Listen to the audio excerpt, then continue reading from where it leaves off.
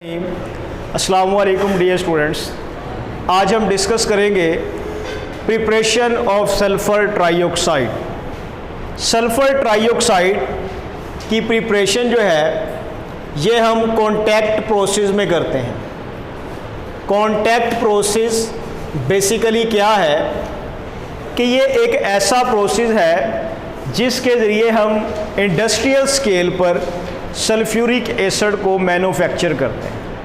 Contact process क्या है बेटे कि इसके ज़रिए हम क्या करते हैं, इंडस्ट्रियली मैन्युफैक्चर करते हैं बेटे किसको, सल्फ्यूरिक एसिड। ओके हो गया। अब इस प्रोसेस में बेसिकली किया क्या जाता है, इस प्रोसेस में हम सल्फ़र को बर्न करके सल्फ़र डाइऑक्साइड गैस प्रोड्यूस करते हैं। यह सल्फ़र डाइऑक्साइड गैस फर्दर बेटे ऑक्सीडाइज की जाती है और ये बेटे बन जाती है सल्फ़र ट्राईऑक्साइड गैस। ठीक हो गया। उसके बाद इस सल्फ़र ट्राईऑक्साइड को हम बेटे डिज़ोल्व करते हैं सल्फ्यूरिक एसिड में, तो ये बेटे बन जाता है पायरोसल्फ्यूरिक एसिड। इसे हम ओलियम भी बोलते हैं। पायरोसल्फ्यूरिक एसिड को हम वाटर में डिज़ोल्व करते हैं तो ये बेटे क्या बन जाता है, ये हमारे पास सल्फ्यूरिक एसिड बन जाता है। अब ये SO3 को वाटर में भी डिज़ोल्व कर सकते थे, लेकिन वाटर में डिज़ोल्व नहीं करते। उसकी रीज़न ये है कि SO3 को वाटर में डिज़ोल्व करेंगे तो हाईली एक्सप्लोजिव एक्सोथर्मिक रिएक्शन होगा जो कि अनकंट्रोल्ड होगा। तो इसलिए हम क्या करते हैं कि SO3 को सल्फ्यूरिक एसिड में डिज़ोल्व करके ओलियम प्रोड्यूस करते हैं और फिर ओलियम में अपनी मर्ज़ी से वाटर ऐड करके हम सल्फ्यूरिक एसिड को प्रिपेयर करते हैं। अब बेटे ये कॉन्टैक्ट प्रोसेस के बेसिक और फंडामेंटल रिएक्शंस हैं। यहाँ पर अगर गौर करें तो ये वाला रिएक्शन जो है, सेकंड वाला रिएक्शन, ये एक इंपॉर्टेंट रिएक्शन है। अब ये रिएक्शन बेटे फॉलो करता है ली शैटलियर्स प्रिंसिपल को। ठीक है, ये एक रिवर्सिबल रिएक्शन है और इस दौरान बेटे क्या बनता है, SO3 बनती है। Sulphur dioxide oxidize into sulphur trioxide और इस दौरान -194 किलो जूल पर मोल बेटे हीट रिलीज होती है।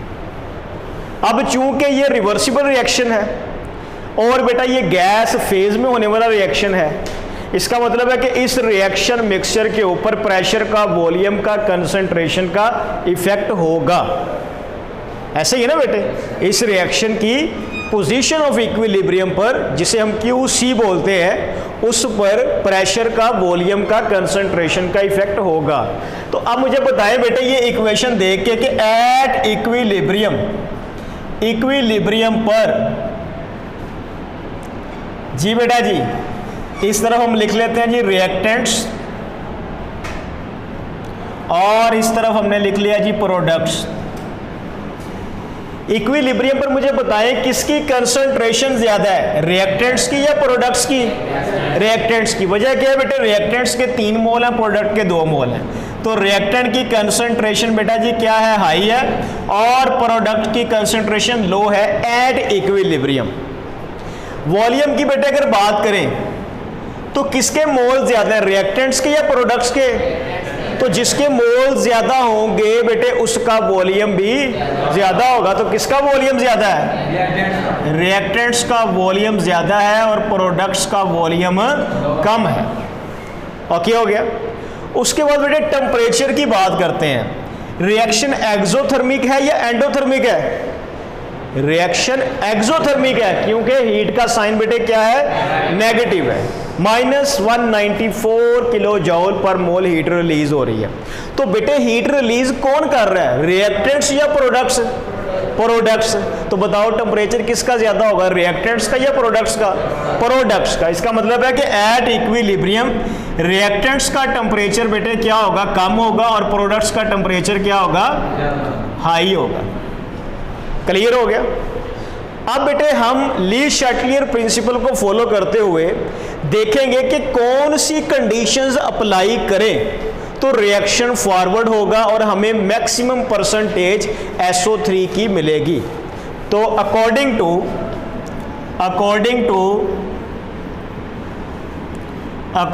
To Le Chatelier's principle, Le Chatelier principle के मुताबिक हम वो कंडीशंस अप्लाई करते हैं जिसमें रिएक्शन क्या होगा, फॉरवर्ड होगा। ठीक है, फॉरवर्ड रिएक्शन। जी बेटा जी, सबसे पहले किसकी कंसंट्रेशन को इंक्रीज करें या डिक्रीज करें तो रिएक्शन फॉरवर्ड होगा, जरा देख के बताएं बेटे। आपको मैंने बताया था कि कोई भी रिवर्सिबल रिएक्शन हो, अगर आप वहां पे रिएक्टेंट्स को ऐड करें और प्रोडक्ट्स को रिमूव करेंगे तो रिएक्शन फॉरवर्ड होगा। तो इसका मतलब है कि अगर हम क्या करें, नंबर 1 पॉइंट कि आप SO2 को या फिर O2 को इंक्रीज करें, इनकी कंसंट्रेशन को इंक्रीज करें, या फिर बेटे जी आप क्या करें, SO3 की कंसंट्रेशन को डिक्रीज करें यानी कि रिमूव करें, तो रिएक्शन किधर होगा, फॉरवर्ड डायरेक्शन में होगा। सेकंड बेटे, आपको मैंने बताया था कि अगर कोई रिएक्शन गैस फेज में हो रहा है और उस रिएक्शन मिक्सचर के ऊपर अगर आप प्रेशर इंक्रीज करेंगे, रिएक्शन उस डायरेक्शन में मूव करेगा जहां पे वॉल्यूम कम होगा। बात की समझ लगी कि अगर कोई रिएक्शन गैस फेज में हो रहा है और उसके ऊपर आप प्रेशर इंक्रीज कर रहे हैं तो रिएक्शन की डायरेक्शन वो होगी जहां पर वॉल्यूम कम होगा। तो मुझे देख के बताओ बेटे, वॉल्यूम किसका कम है, प्रोडक्ट्स का। अगर इस रिएक्शन में आप प्रेशर इंक्रीज करते हैं तो रिएक्शन किधर को जाएगा, फॉरवर्ड, क्योंकि वॉल्यूम फॉरवर्ड डायरेक्शन में कम है। तो यहां पे प्रेशर को बेटे अगर आप क्या करें, इंक्रीज करें और वॉल्यूम को क्या करें, डिक्रीज करें, तो रिएक्शन बेटे क्या होगा, फॉरवर्ड होगा। बात की समझ लग गई? उसके बाद बेटे रिएक्शन एक्सोथर्मिक है। अब ये भी आपको पॉइंट बताया था मैंने कि अगर रिएक्शन एक्सोथर्मिक हो या एंडोथर्मिक हो तो increase in temperature makes reaction to move in that direction where temperature is low. बात की समझ लगी कि रिएक्शन एक्सोथर्मिक हो या रिएक्शन एंडोथर्मिक हो, आप रिएक्शन का टेम्परेचर इंक्रीज करेंगे तो रिएक्शन उस डायरेक्शन में जाएगा जहां पर टेम्परेचर कम है। अब बेटे मुझे बताओ कि इस रिएक्शन में टेम्परेचर कम किसका है, इसका मतलब है कि इस रिएक्शन का टेम्परेचर बढ़ाने से रिएक्शन किधर को जाएगा, रिवर्स हो जाएगा। तो इसका मतलब है हमें कहां करना है, फॉरवर्ड। तो टेम्परेचर को क्या करना पड़ेगा, टेम्परेचर को डिक्रीज करेंगे तो रिएक्शन फॉरवर्ड होगा। इसका मतलब है कि ये हैं वो कंडीशंस जिनको अप्लाई करके हम क्या कर सकते हैं, SO3 की परसेंटेज को मैक्सिमम गेन कर सकते हैं। अब बेटे उसी तरह जैसे हमने आवर प्रोसेस में पढ़ा था कि टेम्परेचर डिक्रीज करने से रेट ऑफ रिएक्शन क्या हो जाएगा, कम हो जाएगा। ठीक है, अगर आप बेटे टेम्परेचर को डिक्रीज करते हैं तो रेट ऑफ रिएक्शन भी क्या हो जाएगा, कम हो जाएगा, जिसकी वजह से परसेंटेज ऑफ SO3 वो भी क्या हो जाएगी, कम हो जाएगी। तो ऐसी प्रॉब्लम्स को सॉल्व करने के लिए हमें फिर क्या रिक्वायर है बेटे, ऑप्टिमम कंडीशंस। ऑप्टिमम कंडीशंस, तो ऑप्टिमम कंडीशंस बेटा जी अप्लाई करेंगे तो हमें मैक्सिमम परसेंटेज हासिल होगी। कहता है कि अगर आप प्रेशर जो है वो 1 एटमॉस्फेयर अप्लाई करें, टेम्परेचर अगर हम बेटे 300 से 400 डिग्री सेंटीग्रेड अप्लाई करें, और टेम्परेचर अब कम है ना बेटे, टेम्परेचर कम है 400 से 500, अगर बेटे आप ग्राफ देखेंगे बुक में जो टेबल बना हुआ है उस टेबल में 300 से 400 के ऊपर SO3 की परसेंटेज हमें ज़्यादा हासिल हो रही है। ठीक है, तो आप चाहे ये लिख लें, चाहे जो पैराग्राफ में वैल्यू लिखी हुई है 400 से 500 डिग्री सेंटीग्रेड, आप वो भी लिख सकते हैं। मैं उस कॉलम को मद्देनजर रखते हुए ये वैल्यू लिख रहा हूँ। उसके बाद बेटे कैटालिस्ट।